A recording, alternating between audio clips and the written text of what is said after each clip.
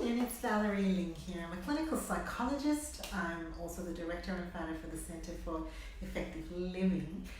I wanted to bring you a story about something that taught me a lesson this week, and that is in the span of 12 months, the Center for Effective Living has effectively eaten through 4 printers. 4 printers. These are not mini printers, right? These are probably as top end as you can get with the sort of economical packed office printers that we have, right?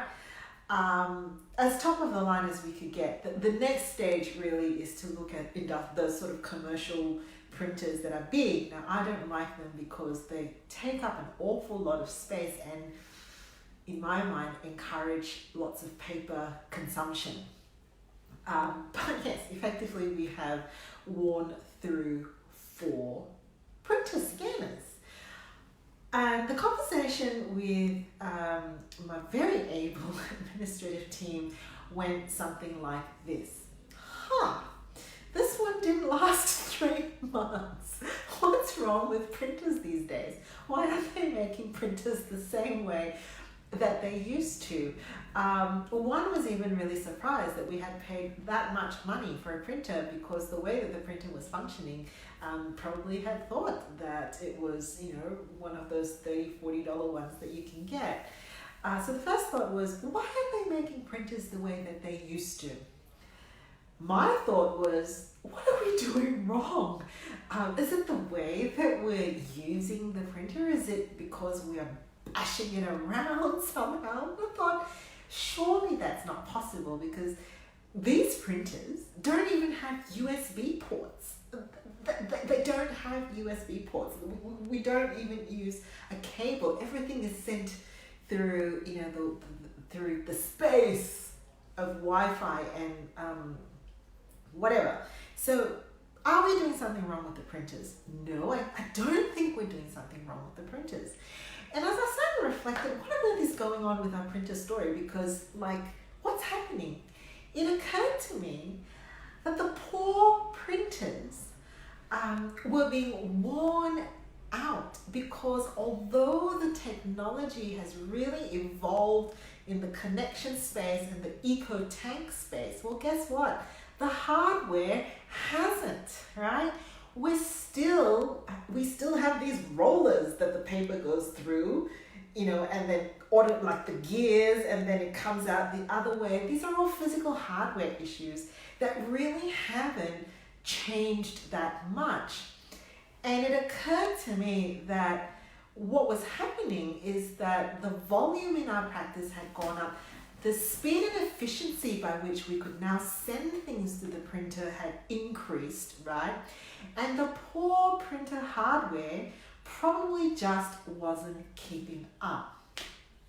And I started to reflect on this a little bit as a bit of an example, a parallel. The word, is it metaphor or analogy? I can never remember. Analogy. What I think happens to us, particularly during this time of year. Who here feels like their poor body is weary and worn down at the moment? Who here feels like they've aged a decade just keeping up with the pace of this period? Me, definitely. And here's the thing. Unless you know something I don't, our bodies haven't quite evolved to the point where our hardware has morphed into a superior model of what we were 15, 20 years ago, let alone being able to keep up with the pace that we have right now. Shopping is done online, stores are open a lot later,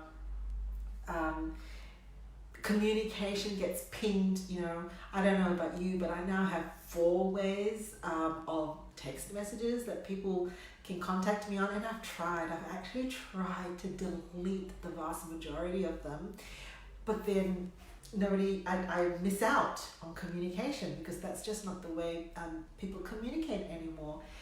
And much like the poor printers in our practice that haven't been able to keep up, our bodies can also feel the weight and the grind of the pace for which we just can't keep up. So what I really hope to encourage us all to do, myself included, and thank you to the 4 printers that sacrificed itself in the line of duty so that we could have this thought, is to really pay attention to your physical cues.